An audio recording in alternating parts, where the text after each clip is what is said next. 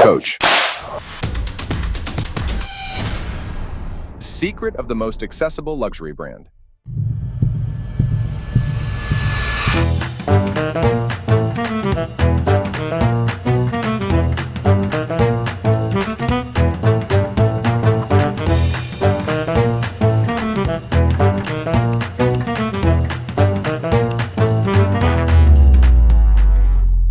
Coach is a fashion brand that has raised many questions over the years. One of the questions that has remained yet unanswered is whether or not Coach is a luxury brand. Yes, you are wondering why that even qualifies as a question. Well, one of the reasons that gave birth to this is because Coach is a fashion brand that produces bags and other luxury items made of quality leather. However, it's accessible to a lot of people. The bone of contention here seems to be that Coach is not pricey enough. In this video, we'll look at the history of Coach and its accessibility to anyone who loves quality, whether rich or indigent. Today's video is sponsored by Sky is the Limit.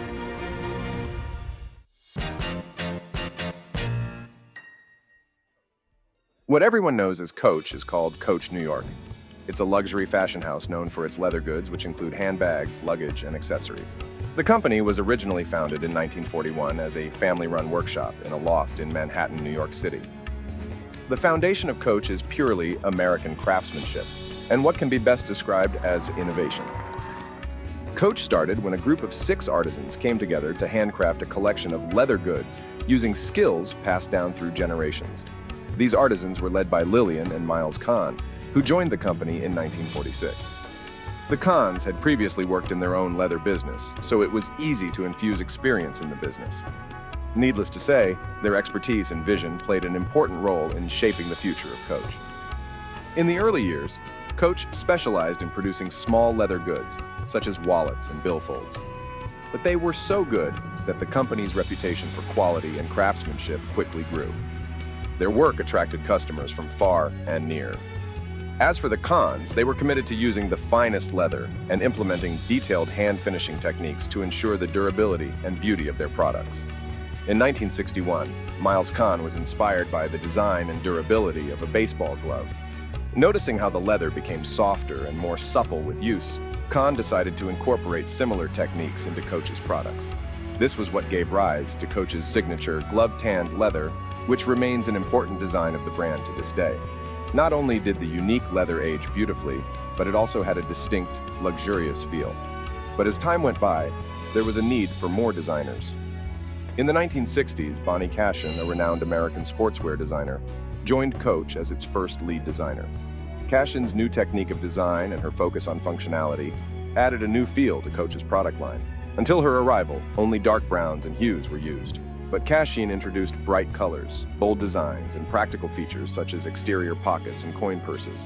She also started the use of industrial hardware like brass toggles and zippers, which became signature elements of Coach bags. Her influence further helped in establishing Coach as a leading fashion brand, which in turn expanded its appeal beyond traditional leather goods. Throughout the 1970s and 1980s, Coach continued to prosper under the leadership of the Kahns and the creative direction of Bonnie Cashin. In addition, the brand expanded its product range to include handbags, belts, and other accessories. However, at some point, the Kahns decided they had had enough, and it was time to do other things. Why did they sell, and who did they sell to? We'll find out soon enough. But before then, Sky is the Limit, an exclusive fashion brand that sells quality and fashionable sneakers. There is a link in the description box to take you to the website. Now let's move on to the next chapter.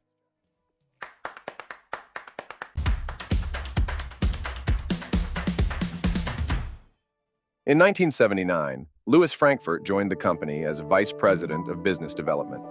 At this time, Coach was making $6 million in sales, and products were being distributed through wholesale channels. In 1981, the company opened its first directly operated retail location on Madison Avenue in Midtown Manhattan. In 1985, the Kahns decided to devote more time to rearing goats on their farms and making cheese. They moved to Galantyville, New York, and called it Coach Farm. Since they were done with making leather products, they sold Coach Leatherware to Sara Lee Corporation for a whopping sum of $30 million. With the Kahns gone, Sara Lee structured Coach under its Hanes Group. In 1986, the company opened new boutiques and Macy's stores in San Francisco and New York City. Also at the time, plans were in motion to build additional Coach stores, and similar boutiques were set to be opened in other major department stores later that year. The brand's growth was so phenomenal that 12 stores began operating in November of 1986. In the same year, almost 50 boutiques were opened within larger departmental stores. Under Sara Lee's ownership, Coach underwent outstanding transformation and modernization. The company invested in marketing and retail expansion.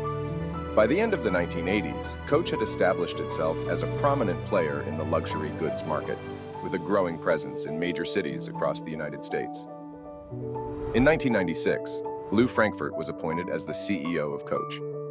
Frankfurt, who had joined the company in 1979, played an important role in driving Coach's global expansion and transforming it into a publicly traded company.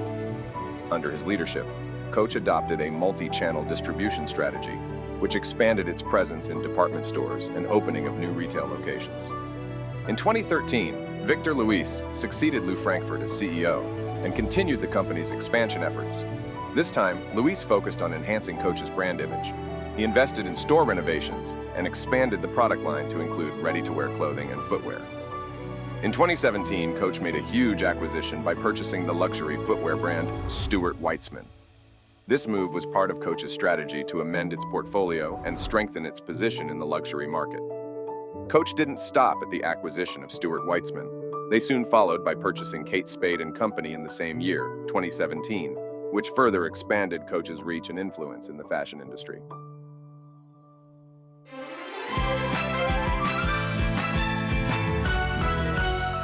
In October 2000, Coach went public. It was listed on the New York Stock Exchange under the ticker symbol COH. The initial public offering raised substantial capital, which enabled further expansion and innovation. At this time, Coach was more than interested in global expansion, especially the lucrative Asian markets. By the mid-2000s, Coach had established a considerable presence in Japan, China, and other important markets. Subsequently, Coach introduced the Coach Factory outlet stores. What they did in these outlets was to offer past-season products at discounted prices. This was a new stride, and it appealed greatly to consumers.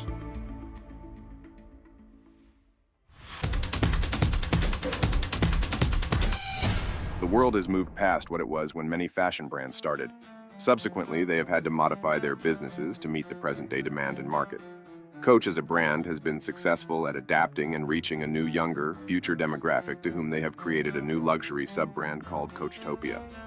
This sub-brand is specifically developed for Gen Z customers.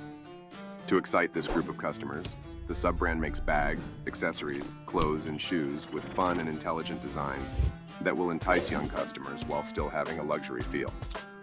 Coach Topia does more than make luxury accessible to young customers. What more then do they do, you might want to ask? They make bags from recycled, sustainable, and upcycled materials from recycled scraps of leather. Finally, each Coach Topia garment has its own digital passport that can be accessed via an NFC chip or QR code. Should you be wondering what the chip does, it allows customers to track the journey, material content, and sustainability credentials of their chosen product. One thing that has bothered people so much is the accessibility of Coach to both the elite and non-elite, rich and indigent. Unlike other luxury brands, one has to be of a certain social class to get hands on their products, but the same can't be said of Coach. All you need to possess to own a Coach product is an eye for quality. That then begs the question, is Coach really a luxury brand? Well, the answer is in the price point, as it's a big part of the puzzle. While Coach offers the style of legacy and quality of a luxury brand, the price point is much lower compared to some of the big brands that we know.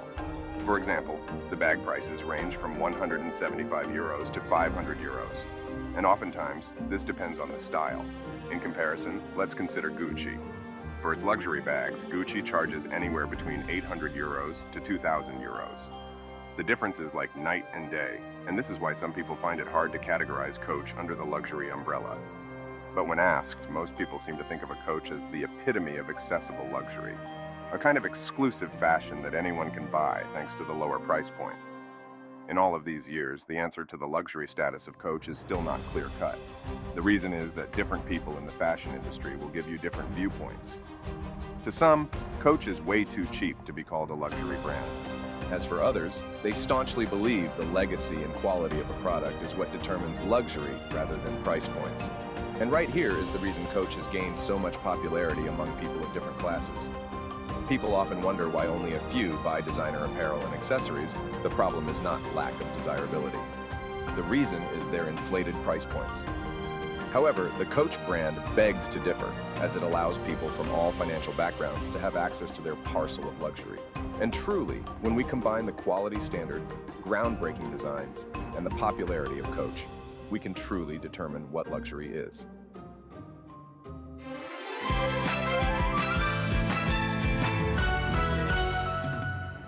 As of 2024, Coach New York is a prominent name in the global luxury fashion market.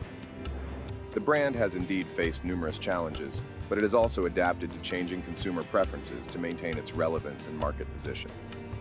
Today, Coach is known not only for its durable leather goods, but also for its broader lifestyle offerings and commitment to sustainability.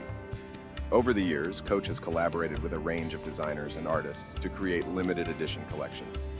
Some of these collaborations were made with creatives like Keith Haring, Jean-Michel Basquiat, and Selena Gomez.